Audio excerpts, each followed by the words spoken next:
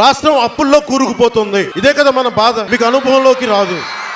అది ఒక abstract term, ఒక అర్థం కాని బ్రహ్మ పదార్థం. రాష్ట్రానికి అప్పు ఉంటే నాకేంటి అని అనుకోవచ్చు మీరు. ఇక్కడ 2 బ్రిడ్జిలు రాలా, రాష్ట్రం అప్పుల్లో ఉంది. మీ ఫీజు రీఎంబర్స్మెంట్ రాలా, రాష్ట్రం అప్పుల్లో ఉంది. సకాలానికి జీతాలు రావట్లా, రాష్ట్రం అప్పుల్లో ఉంది. కాంట్రిబ్యూటరీ పెన్షన్ స్కీమ్ చేస్తారన్న పెద్ద మనిషి ఎందుకు చేయలేకపోయాడు, అప్పుల్లో ఉంది. అప్పులు చేసి అభివృద్ధి అనుకుంటే మన జీవితాలు ఇలాగే ఉంటాయి. ఎంటర్ప్రెన్యూర్స్ రావాలి, పారిశ్రామికవేత్తలు రావాలి, పరిశ్రమలు రావాలి. అందుకని మీరు అప్పు అనేది మీరు అర్థం చేసుకోవాల్సింది.